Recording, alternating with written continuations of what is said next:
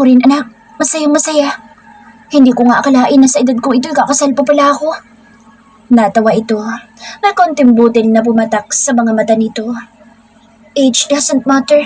Na, kung nagmamahalan kayo at mahal na mahal niyo ang isang tao, then go, walang mangingialam. Sa pagkakataong ito, isipin niyo ang kaligayahan niyo kaysa sasabihin ng ibang tao. Hanggat wala kayong inaapakan tao, go, Nana. Support here. Salamat anak. Humilig siya sa dibdib ko. Humawalay lang ito sa akin nang muli na naman siyang asikasuhin at ayusan ng kanyang makeup artist. Nandito ako sa mansyon dahil sa sobrang excited ko na makita si Nana Rosa. Dumiretso na kami dito ng mga bata. Maaga pa lang ay nandito na kami. Dito na nga kami nag-almusal. Sa Dustin hindi namin siya kasama dahil maaga itong umalis ng bahay. Palagi na lang, hindi ko na nga siya nadadatnan sa umaga. Iniwan ko muna si Nana Rosa saka naglakad-lakad. Nasa labas na ako ng mansyon nang makita ko ang sasakyan ni Dustin, kapapasok lang. Napangiti ako bago tuluyan na sinalubong ang paglabas dito sa kotse. Likod pa lang, ang gwapo na, lalo na kapag haharap pa iyan sa akin. Hey hon! Kinuwayan ko ito bago naglakad palapit sa kanya. Hindi niya yata inaasahan na makita ako dito sa labas. Ngumiti ito sa akin sa kanya sinarado ang kanyang kotse. Anong ginagawa mo dito sa labas? Kaagad na tanong niya nang makalapit ako sa kanya. Hinapit niya ang bawang ko sabay halik sa aking labi. Naglalakad-lakad ka sa ako, sakto naman na ang pagdating mo. Ganun ba? Pinasadahan niya ako ng tingin pagkatapos. Hindi ka pa nagbibihis? Umiling-iling ako. Mamaya na lang, hinintay kasi kita. Bakit mo ba ako hinintay? Tara na nga sa loob. Malambing na pagyaya niya sa akin. Pumasok kami na hapit niya pa rin ang bewang ko. Nandito pa rin pala ang mga maids na namboso noon kay Dustin. Naalala ko tuloy ang araw na iyon. Dumiretso kami sa silid kung saan kami nagstay dito sa mansyon kapag pumupunta kami dito. After entering the room, I was surprised when Dustin suddenly closed the door and leaned me against the wall. Ang ginagawa mo? Natatawang tanong ko.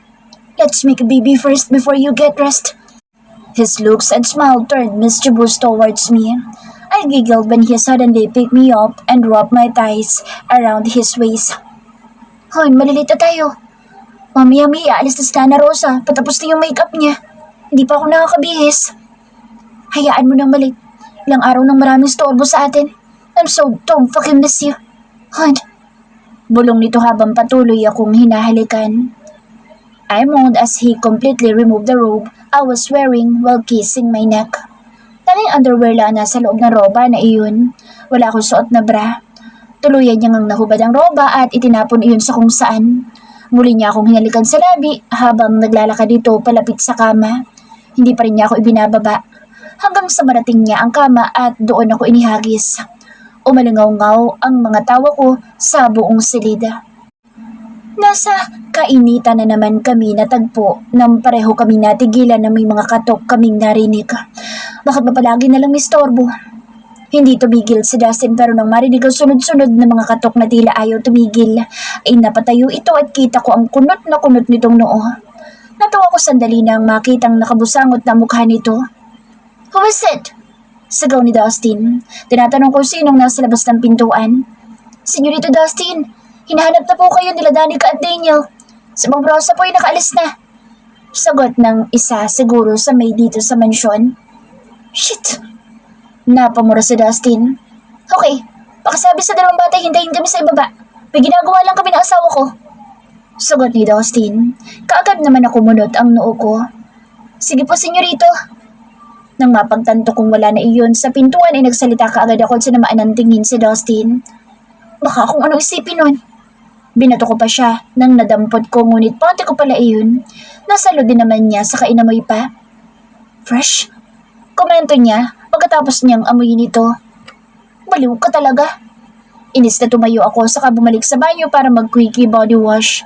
Hindi ko napansin na nakasunod pala siya sa akin at kaagad niya isinarado ang pintuan ng banyo at doon ako isinandal sa tiles na pader.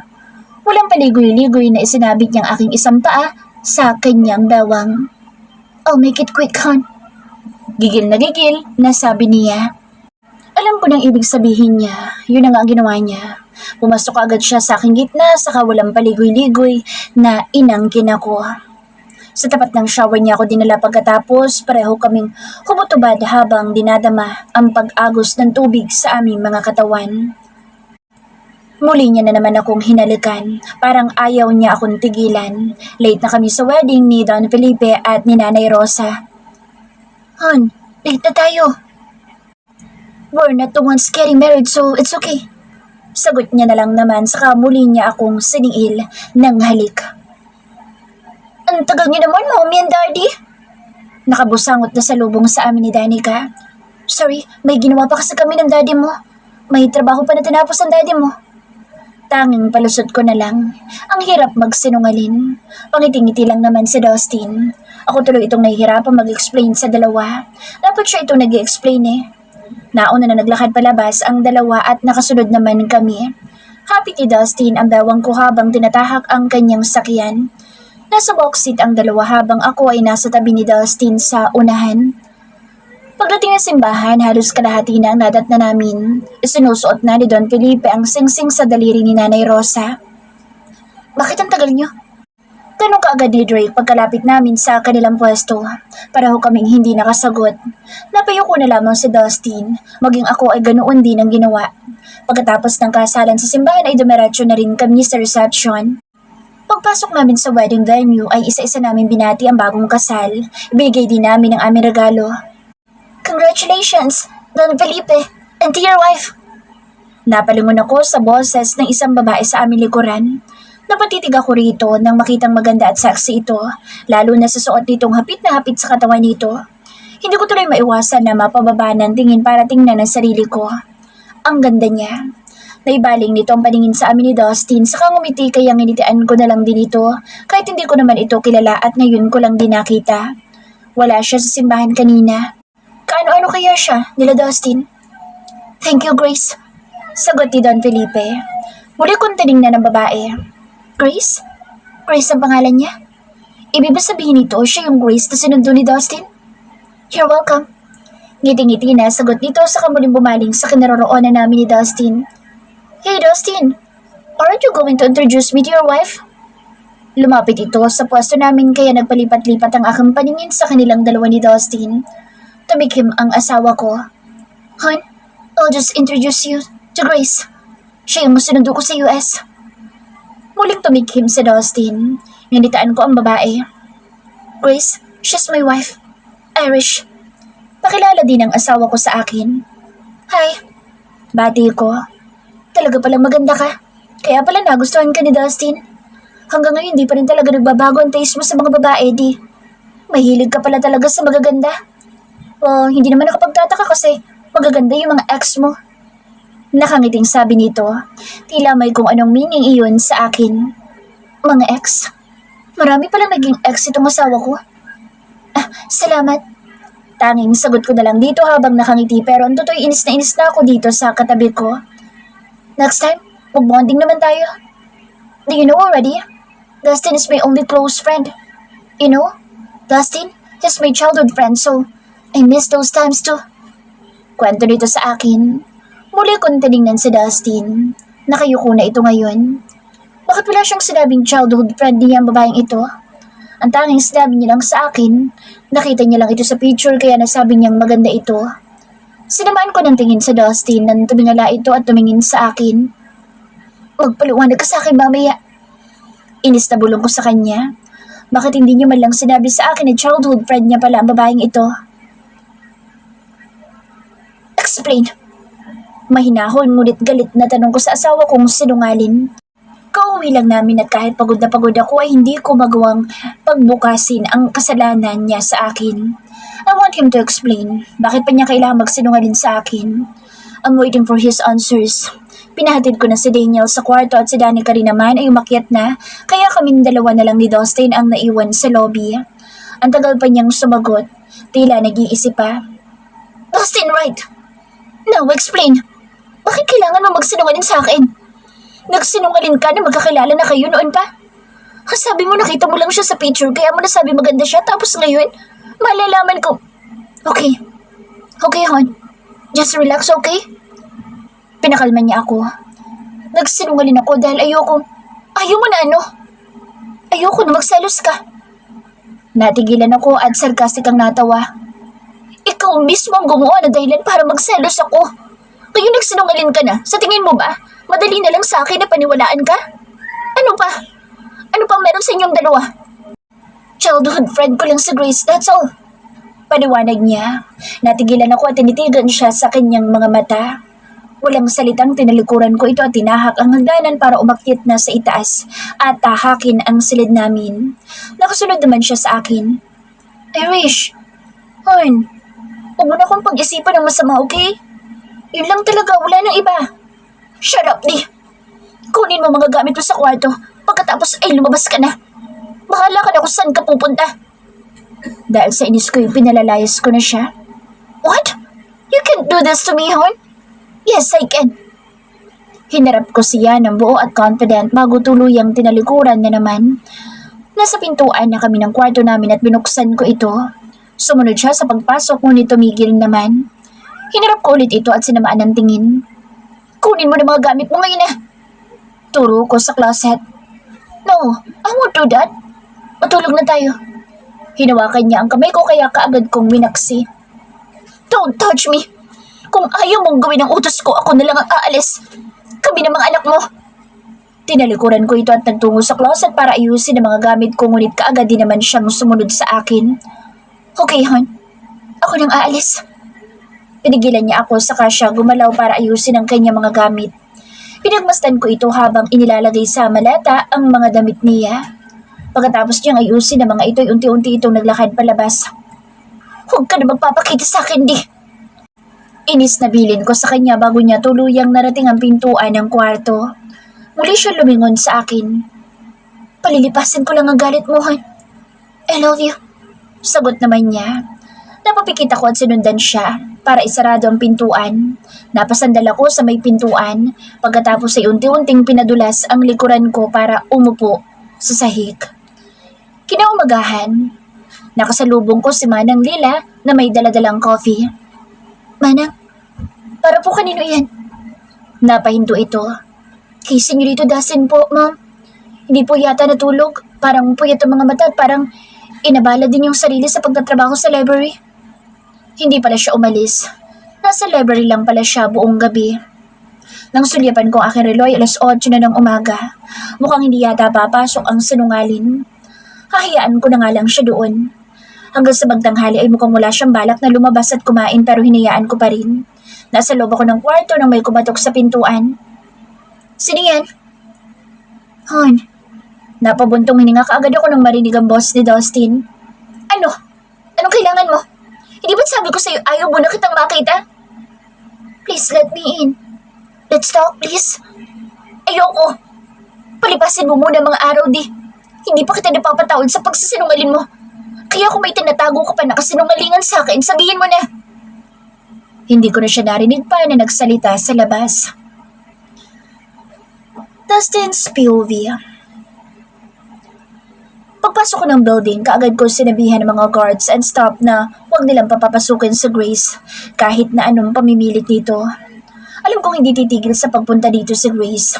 Bago pa man siya makita ni Irish na dumadalaw siya dito sa office ko, mas mabuti pa na huwag na siya dito papapasukin. Umalis ako ng bahay pagkatapos kong kausapin si Irish sa labas ng pintuan ng kwarto namin. Hindi man lang talaga ako pinagbuksan. Ang tigas ng babaeng iyon, ang hirap suyuin at paamuin.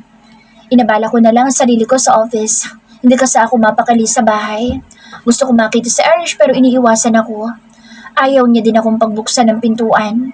Kapag hindi ko na talaga kaya, sisirain ko na lang ang pintuan ng kwarto naming mag-asawa at re-rapin ko na lang ang asawa ko para matigil na ang pagtatampo niya. May mga katok ako narinig sa pintuan na ibaling doon ang aking paningin. Come in. Mula sa pintuan ng office ko ay pumasok si Lydia, ang aking bagong assistant. Magandang tanghali po, sir. Nasa labas po si Ma'am Grace. Namimilit po na pumasok. Ayaw pong paawat. Isusumbong niyo daw po kami lahat kay Don Felipe kapag hindi namin pinapasok. Napahilot ako sa aking sentido. Isa pa ang babaeng ito. Isa sa problema ko. Okay, let her in.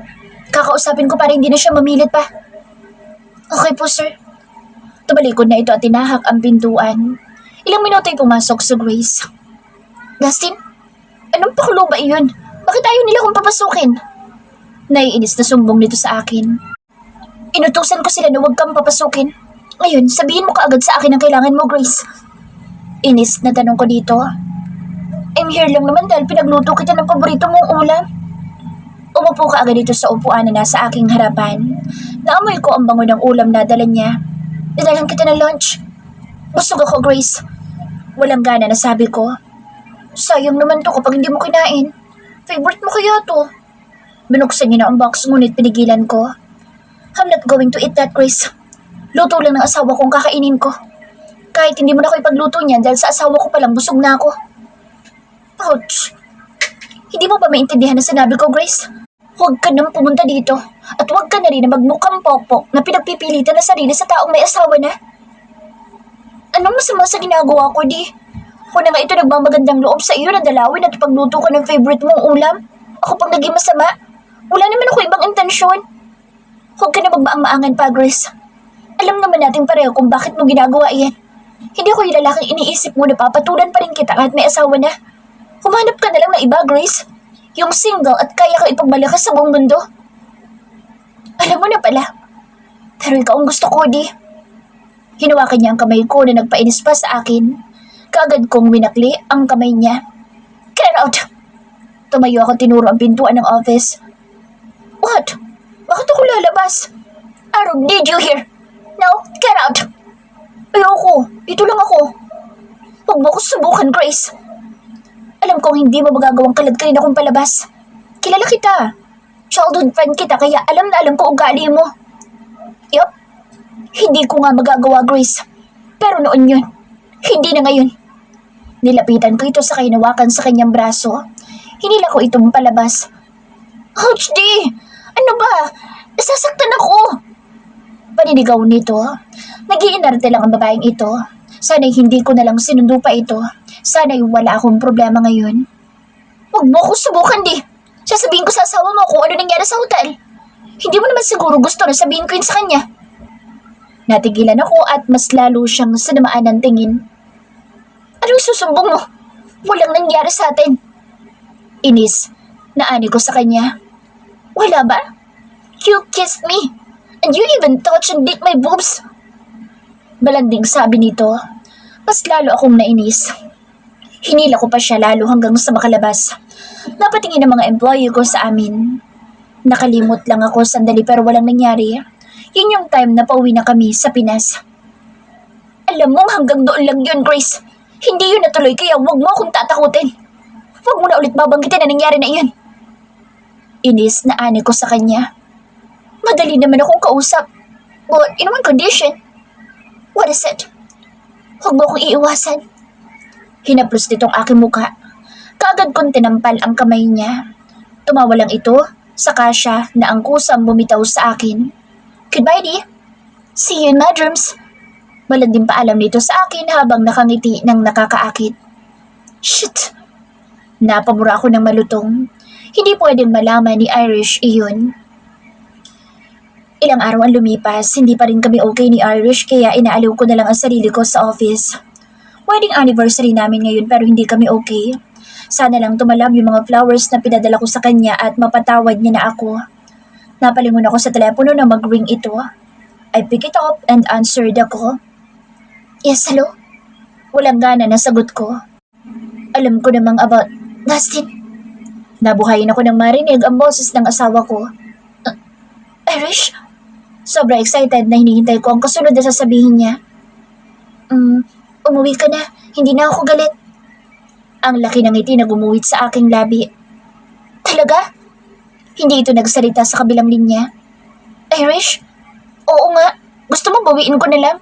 No. Uuwi na kaagad ako. Let's celebrate our wedding anniversary. Walang mapaglagyan ng tuwa ko at ngiti sa labi ko. Halos abot tenga na. Buti naman naalala mo. Of course, hon. Hindi ko makakalimutan ng wedding anniversary natin. Sige na, hihintayin kita. Tila nahihiya pa na sabi nito. Okay. I love you. I love you, hon. Tila pabulong ko. Hindi pa rin mapigtas sa mga ngiti ko. Sa wakas, kinausap niya na rin ako. Hindi naman ito sumagot pero ayos lang. Alam ko naman na tipid niyang magsabi sa akin ng I love you. I love you too. Napaawang ang labi ko nang marinig iyon mula sa kanya. Mas lalo na akong na-excite na umuwi at gusto ko na siyang yakapin at halikan sa buong katawan. Irish POV. Para akong bumalik sa pagka-teenager, hindi mapali sa mga ngiti ko. Ganito palang feeling kapag galing kayo sa tampuhan at sa pag-aaway. Tila sabik na sabik kang yakapin at halikan siya. Kung awayin ko na lang kayo araw-araw ito si Dustin. Just kidding. Hindi ko alam kung bakit sabik na sabik akong humarap sa salamin para tingnan ang sarili. Ngayon na lang ulit ako sinipag mag-ayos ng sarili. I mean, hindi na kasi ako nag-a-apply ng makeup kapag nandito lang sa bahay. Sa bagay, anniversary naman namin ngayon. Hindi naman siguro masama kung pinatawad ko na si Dustin. Ganoon naman sa pag-aasawa kailangan magpatawad. Isa pa, nagawa niya lang namang maglihim sa akin dahil ayaw niya magselos ako. Naintindihan ko naman si Dustin. Hanggat wala siyang ginagawang makakasira ng sobra sa tiwala ko sa kanya, syempre patatawarin ko siya. Ganyan naman ang mag-asawa. Hindi perpekto. Walang perpekto. Nang matapos ko ang pag-aayos ng sarili, I stared at myself in the mirror wearing a white long-sleeve dress but see-through. Sinadya ko talaga na isuot ito. Pagbaba ko ay hindi ko inaasahang kapapasok lang din ni Dustin. Hawak-hawak nito ang bouquet. Nakangiting sinalubong ko ito. Ganon din ito sa akin. Napatitig pa ito ng matagal at bumaba ang tingin sa suot ko. Wow, he looks so amazing, hon. Komento niya saka nagmadaling lumapit sa akin para yakapin ako. I missed you. Bulong niya. Binigyan niya sa akin ang bouquet pagkatapos niyang kumalas sa pagkakayakap sa akin. Napangiti lang ako. Huwag mo nang uulitin ang pagsisinungaling mo sa akin dahil kapag inulit mo pa iyon, hindi na kita patatawarin. 1 taon, 2, or 3 taon kitang hindi kakausapin at mas malala, makikipag-divorce ako sa'yo. Pananakot ko sa kanya. Natigilan ito at huminga ng malalim na tila malaki ang problema. Hinalagad niya na naman ang noo ko pagkatapos. Hindi na ako magsisinungaling. I promise, hon. Tinaas pa niya ang kanyang mga kamao na parang nanunumpa sa akin. Magagabi pa lang pero kaming dalawa na lang ni Dustin ang tao sa lobby. Siguro nahihiyang sumingit ang mga maid or nahihiyang dumaan dahil takot na makastorbo sa amin. Saan mo gustong pumunta? Bulong ni Dustin sa akin, may kasamang halik pa sa noo ko. Sasagot na sana ako nang marinig ko si Manang Lila na may kausap na babae sa main door. Pareho kami napatingin ni Dustin doon at napaawang na lang ang labi ko nang makilala ko kung sino ang babaeng dumating. Grace? Nagdadalawang isip pa akong banggitin ang pangalan na iyon. Hindi ko kasi masyadong matandaan ang kanyang mukha. Anong ginagawa niya dito? Wow, ang romantic naman. Wrong timing yata ako. Nakangiting sambit nito habang papalapit sa kinaroroonan namin. Ayos lang ba talaga na nandito ako? Ayos lang naman. Mamaya pa naman kami aalis na di ba, hon? Yumakap ako sa bewang ni Dustin. Oo. Sagot naman itong asawa ko na nauutal pa. Kanina ko pa napapansin ang pagkakautal nito. Nandito kami sa dining table. Hinihintay namin matapos mag-prepare si Manang Lila ng aming hapunan. Syempre bilang galang sa bisita namin, pakakainin muna namin ito bago po uwiin. Tama-tama naman kasi ang pagdalaw ni Grace sa anniversary namin ni Dustin. Kumusta naman si Dustin bilang asawa? Napatingin kaagad ako kay Grace sa tanong niya bago ko sinulyapan si Dee. Masarap. I mean, sweet. Yeah. That's really sweet. I mean, Dustin is so really sweet as my friend. You know, he is my childhood friend and I know him very well. Puto ni Grace sa sinabi ko. Bigla naman tumikim si Dustin. Sakto naman tapos na rin sa pag-ayos ng table si Manang Lila kaya nagsimula na kaming kumain. So, wedding anniversary niyo ngayon? Yup. Kaagad na sagot ko. Kami lang dalawa nag-uusap ni Grace dahil tahimik lang si Dustin. Hindi ko alam kung bakit siya nananahimik. Dapat nga close silang dalawa. You know, Irish? Take care of me. Maraming babae na nagkakandara pa dyan. Yeah, I know. And you're one of them. Biro ko ngunit tigilan sa Grace at napaawang ang labi. Joke? Nabigla ka ba sa sinabi ko? Bawi ko rin naman. Nagbibiro lang naman ako. Mukhang seneryoso niya. Hindi naman. Nabawi niya rin ang pagkabigla niya. Alam mo, kapag may isang babaeng aali-aligi dito sa asawa ko, kahit ilang babae pa iyan, I wouldn't hesitate to pull her hair until she wasn't bald. I would have tie her up and strip her to put higad on her itching pussy. And then I would pour acid para naman mawala ng tuluyan ang kakatihan. Di ba? Nanggigigil na sabi ko. What? Halos hindi makapaniwala sa Grace sa sinabi ko. Biro lang naman ulit iyon pero parang apektado siya. Unless kung may balak siyang landiin ang asawa ko. Hindi naman niya siguro magagawa iyon. Grace is educated and sophisticated. Malabo naman sigurong landiin niya sa Dustin dahil childhood friend silang dalawa. Just kidding. Bawi ko rin kaagad. Alam mo na siguro kung anong dapat gawin sa mga babaeng nangangati. Dagdag ko. Of course. Kahit ako kapag asawa ko ang nilandi ng ibang babae, siguro gagawin ko rin yung sinabi mo. Sang-ayon naman niya. Uminom ako ng juice at sinulyapan si Dustin. Nagpunas ito ng labi. Kanina pa siya tahimik, hindi nagsasalita. Ayaw niya lang bang sumali sa usapan namin ni Grace o may bumabagabag sa isip niya? Okay. Tumayo si Dustin sa kahinawakan ng kamay ko. Shall we, hon? Tumingin ito sa wristwatch. Napatingin kaagad ako kay Grace. Okay lang ba na? Sure, why not? Enjoy your wedding anniversary. I just visited and I had no intention of staying longer. Tumayo na rin si Grace. Nahiya tuloy ako sa inasal ni Dustin kanina. Sinamaan ko ng tingin sa Dustin dahil sa ginawa niya. Nasa harapan pa namin sa Grace at bisita namin pero ganoon ang inasal niya dito. Hindi man lang siya nakapaghintay na makaalis sa Grace bago niya ako yayain sa labas para mag-celebrate. Hinatid namin sa Grace hanggang sa labas. So, paano? Mauna na ako? Paalam nito. Next time, can I invite you to come out, Irish? I'm not used to going alone. Muli itong humarap sa amin. Sure. Thank you. Lumapit siya sa akin saka nakipagbeso. Ganon din kay Dustin. Wala naman akong nararamdaman na selos. Para sa akin, it's natural. May tiwala ako sa asawa ko kaya hindi ako magsaselos sa maliit na bagay, lalo na kung sa Grace lang din naman iyon. Alam ko naman na childhood friend silang dalawa. Isa pa alam na ni Grace na asawa ko si Dustin at lalong-lalo na nakikita ko naman na mabait si Grace. Kaya wala naman pala akong dapat na ikaselos sa kanya. Dustin took me to the romantic place, full of flowers and candles around. I didn't think he was ready. He turned to me as he held my hand. He brought it to his lips and kissed my hand. Happy wedding anniversary, hon. I know I have a lot of shortcomings to you, especially when I lied to you. I'm sorry. Again, he kissed my hand. Tumulo ang luha ko ngunit napangiti naman. Tears of joy lang ito. Ano ka ba? Pinatawad na kita. Huwag mo na isipin pa yun. Pinapaiyak mo lang ako eh. Ang mahalaga nandito tayo, celebrating our wedding anniversary. Thank you, hon. Dinampian niya ng halikan labi ko sa kanya dinala sa romantic table. Tinawag niya ang lalaking staff at bumulong dito. Maya-maya lang ay may tatlong lalaki ang lumapit dala mga instrumento. Tumugtog ito sa aming harapan.